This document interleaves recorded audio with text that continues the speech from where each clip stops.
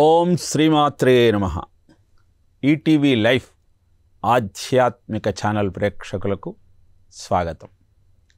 నారాయణం పద్మవిభుం వశిష్ఠం శక్తితాపసం పరాశరంచ తత్పుత్రం వ్యాసం వేదాంత భాస్కరం విరక్తం శ్రీశుకం దేవం జ్ఞానవైరాగ్యరూపిణిం గౌడపాదంచ గోవిందం యోగేంద్రం జ్ఞానినాం వరం తచ్చిష్యం శంకరాచార్యం అద్వైతస్థాపకం గురుం తచ్చిష్య పద్మపాదాదీన్ శ్రౌత్రతత్వార్థబోధకాం.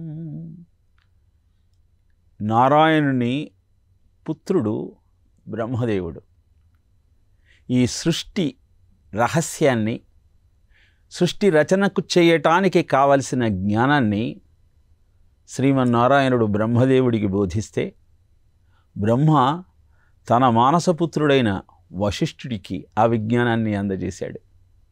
అనంతరం వశిష్ఠుడు తన కుమారుడైన శక్తికి, శక్తి తన కుమారుడైన పరాశరుడికి ఈ విజ్ఞానాన్ని బోధించాడు. పరాశరుడు వ్యాసుడికి అందించిన విజ్ఞానమే అద్భుతమైనటువంటి వేదాంతంగా ప్రపంచానికి అందింది. వ్యాసుని కుమారుడు శుకబ్రహ్మ జ్ఞాన వైరాగ్యాలకు నిలువెత్తు నిదర్శనం. ఆ శుకబ్రహ్మ శిష్యుడే గౌడపాదాచార్యుల వారు. ఆయన శిష్యుడు గోవింద భగవత్పాదులు. ఆ గోవింద భగవత్పాదుని శిష్యులే శంకరాచార్యులు. శంకరాచార్యులు పద్మపాద, సురేష ఈశ్వర, హస్తమలక, తోటకాచార్యులనే నలుగురు శిష్యుల ద్వారా సనాతన ధర్మ పరిరక్షణ చేశారు. ఈ గురు పరంపరను ప్రతినిత్యం మనం స్మరించాలి, ధ్యానించాలి. ఎందుకు ధ్యానించాలి అంటే, యదా యదా హి ధర్మస్య గ్లానిర్భవతి భారత అభ్యుత్థానమధర్మస్య తదాత్మానం సృజామ్యహం. ఎప్పుడెప్పుడైతే ధర్మానికి ఆటంకం ఏర్పడుతుందో, హాని కలుగుతుందో, అప్పుడప్పుడు భగవంతుడు గురువు రూపంలో అవతరించి తిరిగి ఆ హానిని, గ్లానిని తొలగించి ధర్మ పరిరక్షణ చేస్తారు. ఏవం పరంపరా ప్రాప్తం ఇమం రాజర్షయో విదుః సకాలే నేహ మహత యోగో నష్ట పరంతప. కాలక్రమంలో అంతరించిపోతున్నటువంటి ఆధ్యాత్మిక విలువలను, సనాతన ధర్మం యొక్క ఔన్నత్యాన్ని తిరిగి ప్రతిష్టాపన చెయ్యటం కోసం ప్రతి తండ్రి దీన్ని కర్తవ్యంగా స్వీకరించి గురువుగా మారి తన కుమారుడికి ఈ సందేశాన్ని అందజేసినప్పుడే ప్రపంచం ఆనందంగా ఉంటుంది, సమాజం సుభిక్షంగా వర్ధిల్లుతుంది, ప్రతి కుటుంబం కళకళలాడుతూ అష్టైశ్వర్యాలతో తొలతూగుతుంది. గురూన్ హత్వా హి మహానుభావాన్ శ్రేయో భోక్తుం భైక్షమపీహ లోకే హత్వార్థకామాంస్తు గురూనిహైవ భుంజీయ భోగాన్ రుధిర ప్రదిగ్ధాన్. అర్జునుడు యుద్ధరంగంలో ఇరు సైన్యాలు యుద్ధానికి సన్నద్ధమై ఉన్న తరుణంలో కృష్ణుడితో అంటాడు, స్వామి, గురువులను, తాతలను, తండ్రులను సంహరించి ఆ రక్తపు కూడు తినటం కంటే భిక్షాటన చేయటం మేలు కదా. క్షత్రియుడు తన ధర్మాన్ని విస్మరించి భిక్షాటన చేద్దామన్న ఆలోచన కలిగిన మరుక్షణం క్షతాత్ త్రాయతే ఇది క్షత్రియ. సమాజాన్ని దెబ్బ నుంచి, గాయం నుంచి రక్షించాల్సిన వాడు భిక్షాటన వృత్తితో జీవితాన్ని గడిపితే అది సమాజానికి ఎంత హాని చేస్తుందో తెలుసు కనుక జగద్గురువైన కృష్ణ పరమాత్మ అశోచ్యానన్వశోచస్త్వం ప్రజ్ఞావాదాంశ్చ భాషసే గతాసు నగతాసుంశ్చ నానుశోచంతి పండితాః.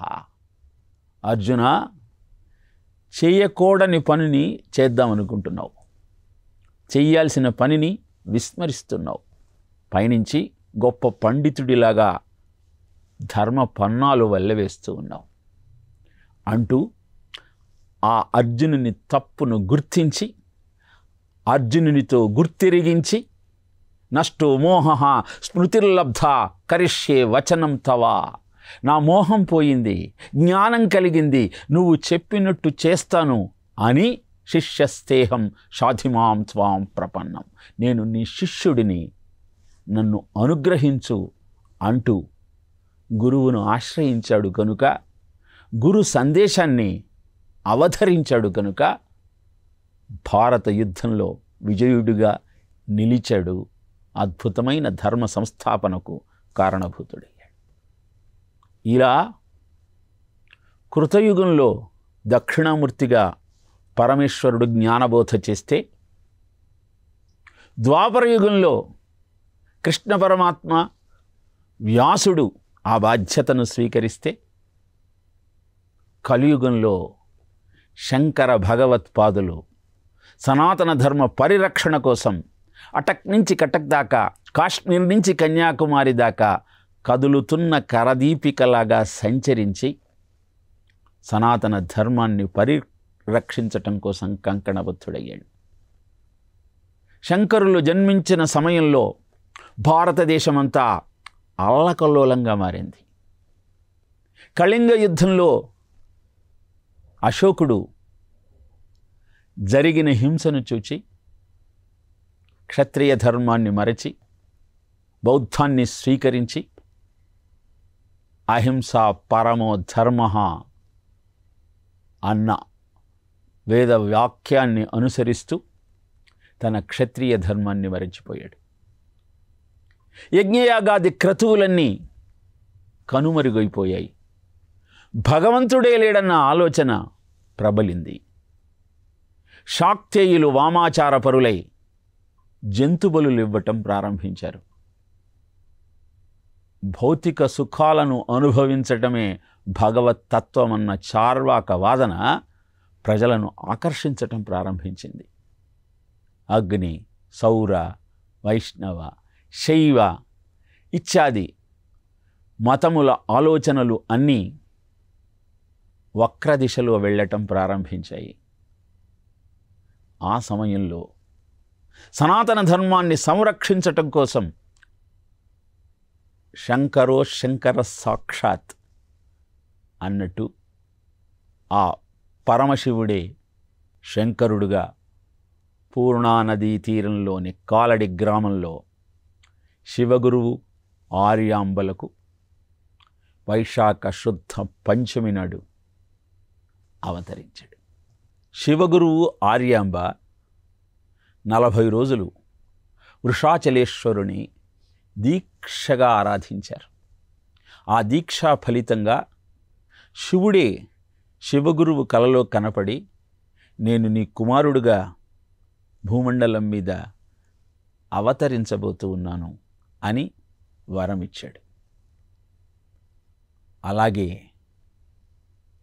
శివగురువు ఆర్యాంబల యొక్క కలలు ఫలించి బాలశంకరుడు ఉదయించాడు. శంకరోతి ఇది శంకర, ఆనందాన్ని కలిగించేవాడు కనుక శంకరుడు అని పిలువబడ్డాడు. ఆర్యాంబ మాణిక్య మంగళ కాత్యాయని భగవతి దేవిని ప్రతినిత్యము ఆరాధిస్తూ పూజిస్తూ ఉండేది. ఒకరోజు ఆలయానికి వెళ్ళి నైవేద్యాన్ని సమర్పించడానికి ఆటంకం రావటం కారణంగా బాలశంకరుణ్ణి పిలిచి వెండి గిన్నెలో పాలను ఉంచి ఆ తల్లికి నైవేద్యంగా సమర్పించమని ఆదేశించింది. తల్లి ఆదేశాన్ని శిరసావహించిన బాలశంకరుడు ఆ నైవేద్యాన్ని తీసుకువెళ్ళి అమ్మకు నివేదించాడు. ఆ తల్లి ఎప్పటికీ భౌతికంగా దాన్ని స్వీకరించకపోవటంతో దుఃఖించటం ప్రారంభించాడు. పిల్లవాడు ఏడుస్తుంటే ఏ తల్లి మాత్రం మౌనంగా ఉండగలుగుతుంది? అందుకే మాణిక్యమంగళ కాత్యాయని భగవతీదేవి తేజు రూపంలో ఆ వెండి గిన్నెలో ఉన్న పాలను పూర్తిగా స్వీకరించింది. మళ్ళీ ఏడవటం ప్రారంభించాడు. ఎందుకు ఏడుస్తున్నాడా అని ఆలోచిస్తే, మొత్తం పాలన్నీ నువ్వే తాగేస్తే ప్రసాదంగా నాకేం మిగులుతుంది అన్న భావనతో రోధించటం ప్రారంభించాడు. గమనించిన తల్లి మళ్ళీ ఆ వెండి గిన్నెలో సగం పాలను సాక్షాత్కరింపజేసింది. ఇలా బాల్యంలోనే భగవతి యొక్క కరుణకు పాత్రుడైన ఆ శంకరుడు తల్లిదండ్రులకు ఆనందాన్ని అందిస్తూ అందరికీ సంతోషాన్ని కలిగించటం ప్రారంభించాడు. కానీ దురదృష్టవశాత్తు 3వ ఏట శివగురువు శివైక్యం చెందాడు. గురువుల దగ్గర వేదాధ్యయనం చేస్తూ మధుకర వృత్తితో కడుపు నింపుకుంటూ ఆ భిక్షను గురువులకు సమర్పిస్తూ అధ్యయనం కొనసాగించాడు. అలా వేదాధ్యయనం చేస్తున్నటువంటి బ్రహ్మచారి శంకరుడు ఒకరోజు భిక్ష నిమిత్తం బ్రాహ్మణుల దంపతుల ఇంటికి వెళ్ళాడు. ఇంట్లో బ్రాహ్మడికి భిక్షగా ఇవ్వటానికి ఏమీ లేని కారణంగా ఎండిపోయిన ఉసిరికాయను దానంగా సమర్పించింది ఆ ఇల్లాలు. వారి దారిద్ర్యాన్ని చూసినటువంటి శంకరుడికి హృదయం కరిగిపోయింది.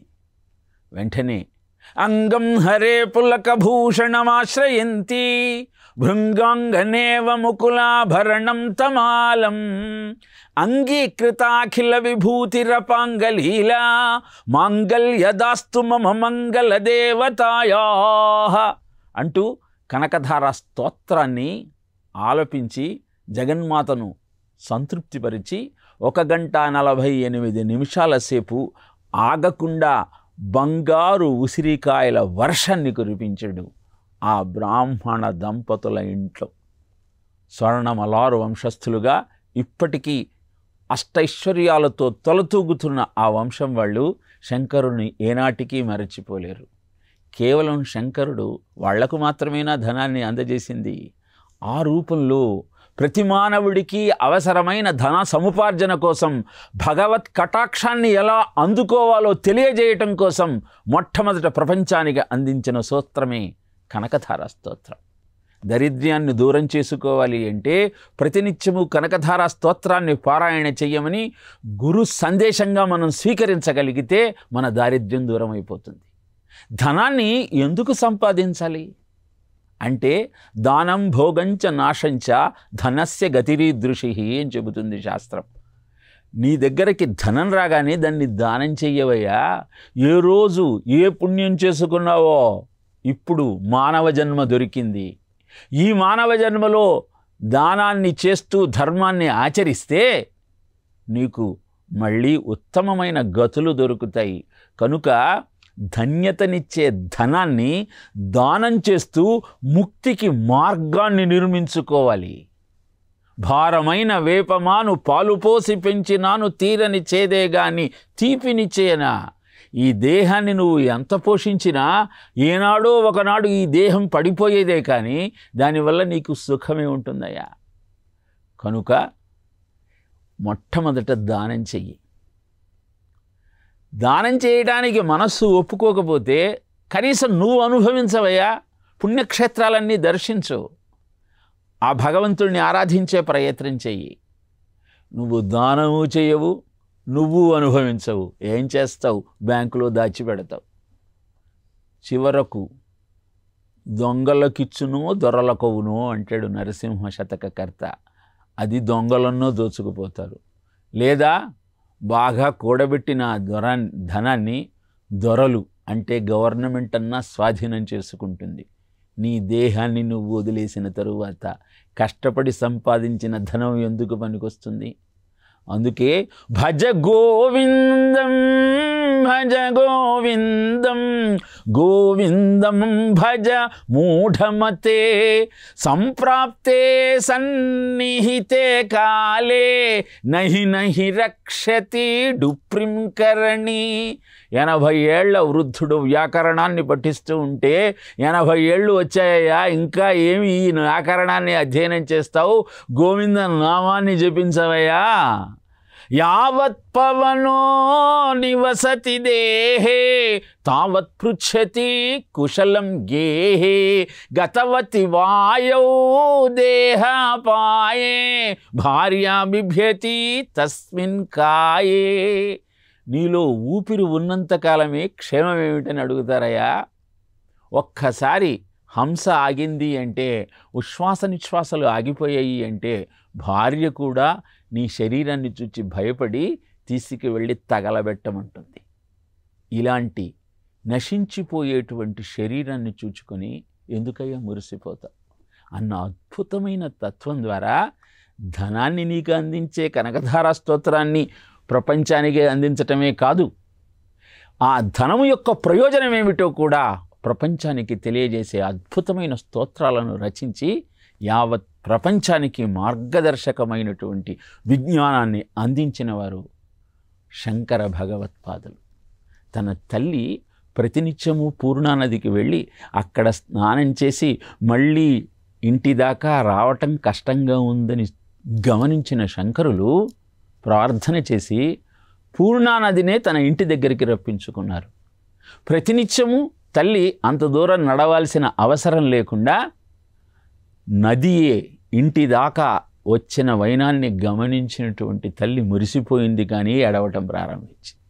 ఎందుకంటే తాను ప్రతినిత్యము పూజించే బాలకృష్ణుడి విగ్రహము ఆ గుడి నీటిలో మునిగిపోయింది.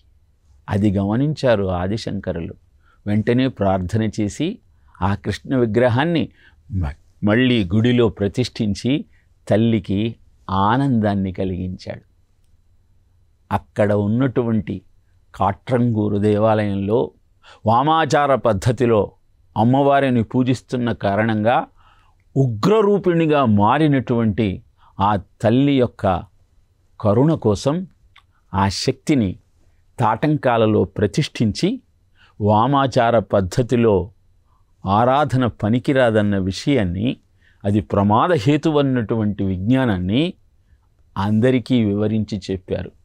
ఇలా దేవతారాధనలోని ఔన్నత్యాన్ని, దాని ద్వారా కలిగే ప్రయోజనాన్ని ప్రపంచానికి వివరించి చెప్పినటువంటి ఆదిశంకరులు సనాతన ధర్మ సంరక్షణకు కంకణం కట్టుకోవాలన్న సంకల్పంతో పూర్ణానదిలో స్నానం చేస్తూ మొసలి నోటిన పడి తల్లిని ప్రార్థించటం ప్రారంభించాడు.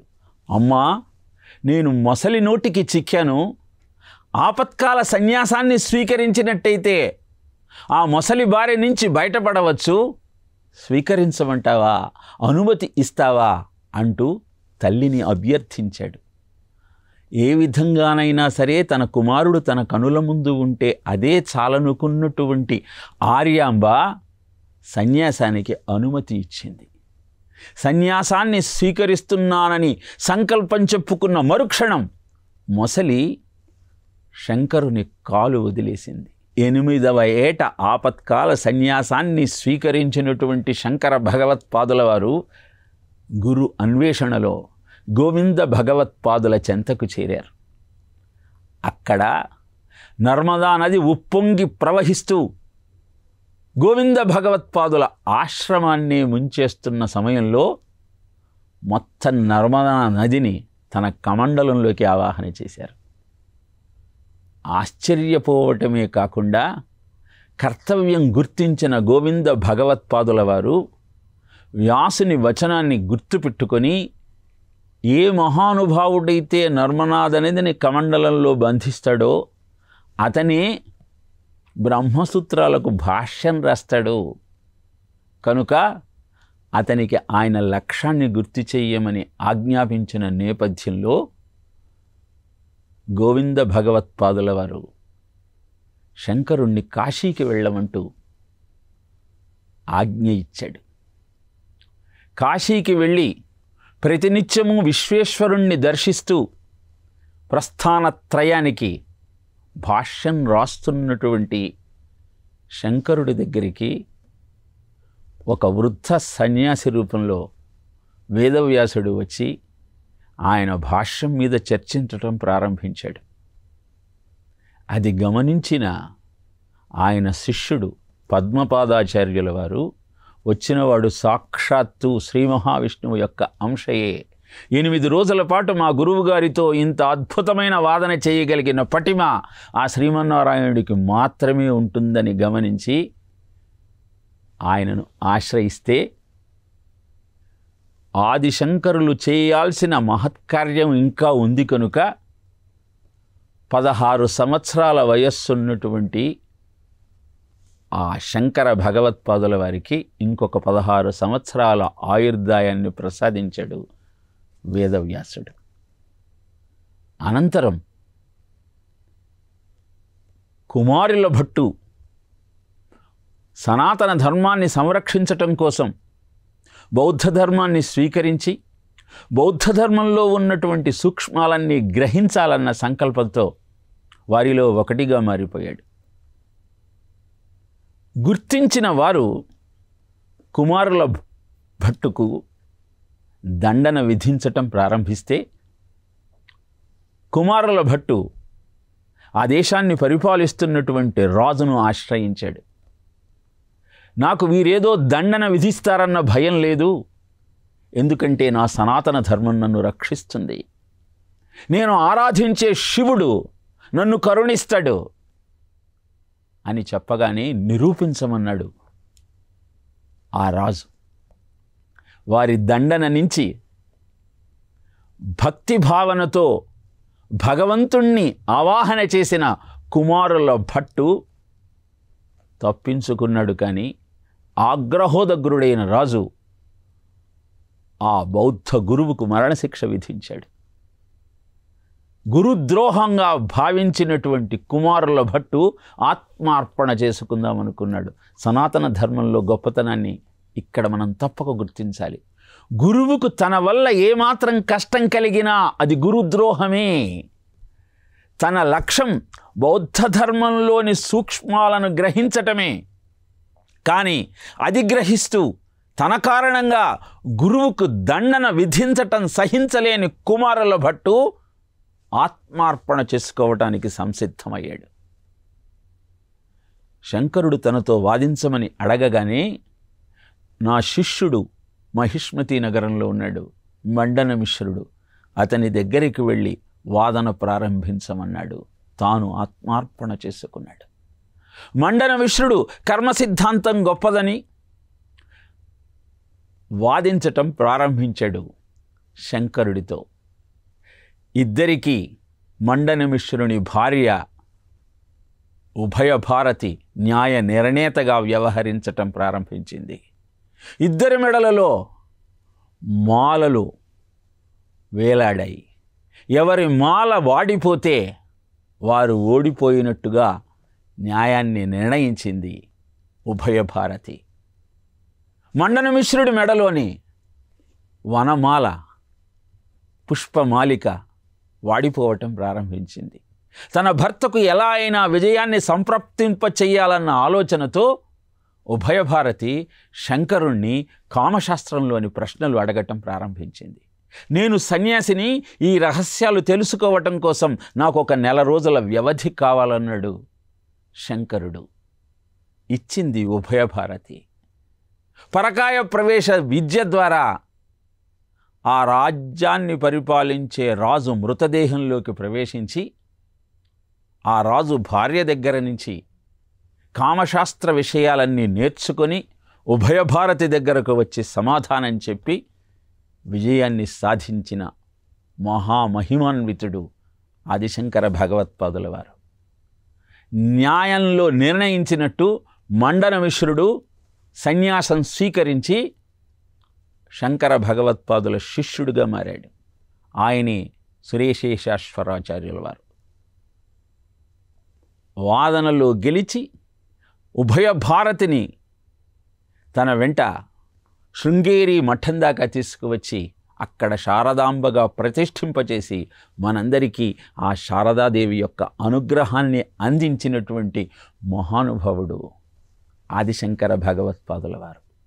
ఈ వైశాఖ మాసంలో శుద్ధ పంచమి నాడు ఆ శంకరకు ప్రతిరూపమైనటువంటి శంకర భగవత్పాదుల జయంతి జరుపుకుంటూ ఆయన భారతదేశంలో పూరి, శృంగేరి, ద్వారక, బదరిలలో సనాతన ధర్మాన్ని సంరక్షించటం కోసం ప్రతిష్ఠించినటువంటి పీఠముల యొక్క ఔన్నత్యాన్ని గుర్తిస్తూ ఇక్కడ ఒక వ్యవస్థను ఏర్పాటు చేసి ఈ ధర్మాన్ని రక్షించటమే ప్రధాన లక్ష్యంగా 32 సంవత్సరాల ఆయు ప్రమాణంలో అహరహము కృషి చేసి అనంతరం కేదారనాథలో ఉన్న దత్తాత్రేయ గుహలోకి ప్రవేశించి అదృశ్యుడైపోయాడు. ఆ శంకరుడు అందించినటువంటి అద్భుతమైన స్తోత్రాలే ఈనాడు మనం పారాయణ చేసుకుంటున్నాం.